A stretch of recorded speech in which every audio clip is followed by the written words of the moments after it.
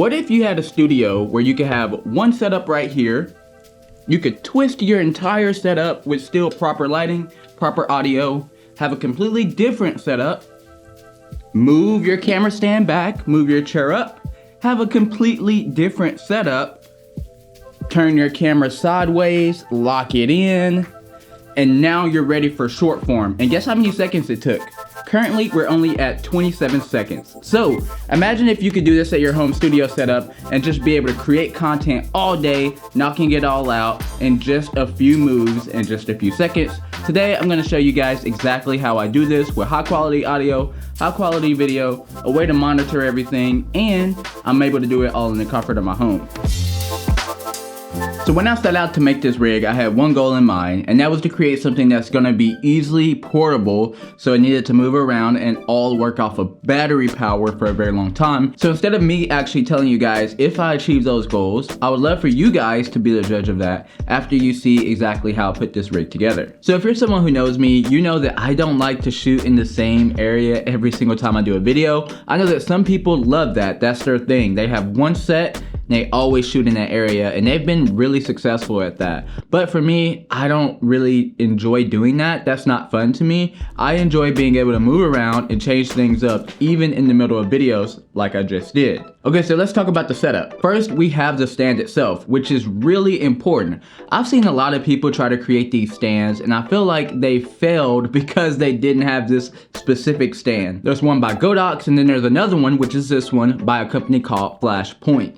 Now, the reason why I went with this one instead of the Godox one is because this one actually came with two arms that are adjustable, and that's the important part of this entire setup. Now, with that being said, there are two attachments on this stand that I currently have on here. I wouldn't recommend necessarily using these. I would just recommend buying some more of these grip handles because they do sell them separately at a very affordable price. But for those two other attachments that I have, one of them is for actually being able to grab the stand a little bit more easily and move it around, and then the other one is to hold the monitor. Now again, like I said, I really wouldn't recommend using the arm that I have that I'm using for the monitor, because if I want to adjust the camera up or down, now I have to unscrew the actual arm that I have on the monitor to do that. Okay, so first let's actually talk about the camera ball head grip arm thing itself. So on this actual attachment of the one that holds the camera, I have the ball head itself, which again, I don't necessarily recommend this one. It's just one that I had laying around. Now, if you are someone who's gonna be switching from vertical to horizontal a lot, there is a new attachment. I think it's from Atoll. I can't remember the exact name or how to pronounce the name, but I actually have used that on this setup before and it worked well. Now, as far as the camera goes, I'm shooting with the Sony FX3. Now, the reason why I'm actually shooting with that camera is because it does have a lot more options when it comes to LUT support and color and different things like that. So that meant that I didn't have to have a monitor that actually allows you to import LUTs so that you're not looking at basically a log image. And so that's the main reason why I use the Sony FX3. And also because this is the only camera that I've used that I don't have to worry about it shutting off for any reason. On top, I have the Deity S Mic 2, and I'm recording into the Zoom F3. Now, a lot of you guys may be saying, why not use the audio handle that comes with the Sony FX3? In my opinion, this little Zoom F3 has way better preamps than the actual Sony FX3 with the hand module does. So I'm actually able to get much cleaner audio without any issues than I am with the Sony FX3. So the other thing that I have attached on this arm as well is an actual phone holder. I use the Moment MagSafe one. I really do love this. It's quick and easy to do. And because they actually have a thread for extra attachments, it really was super easy to figure this out. So yesterday I was actually on a shoot using this stand. I did have a few other options as far as attachments go, but for the most part, it was almost the exact same setup. I was actually able to keep the camera powered all the way from 9 a.m. to 3 p.m. and I still had a full battery, and that's because I was actually able to run power from one of the B-mount batteries that I had plugged in for the light to the camera.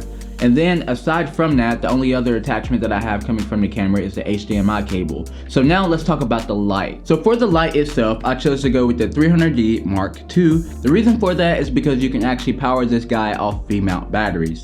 Now, because I'm using this super powerful light, I needed to make sure that I have some super powerful batteries. So I'm not sure if I found a deal, but I was actually incredibly surprised with the price I was able to get for these huge V-mount batteries. So I would definitely rush over to Amazon using the links below in the description and check out that deal, because again, I'm not sure if that was a one-time deal or whatever it was, but these V-mount batteries at these capacities aren't even close in price. So attached to the light itself, I have this very small Octodome from Newer. You can check this out using the link below in the description, but I'll also leave the size of it right up here because I can't remember it off the top of my head. Now, other than that, we only have one thing left, and that's the monitor itself. So I'm using this Lilliput monitor, and unfortunately I wasn't able to get a NPF dummy battery that runs to D-tap that was long enough in time, so I am manually powering this off another battery. But again, you can run another cable all the way down to that one battery, and literally you can keep this whole setup running off of that one battery for hours and hours. Now, if you are interested in using this monitor,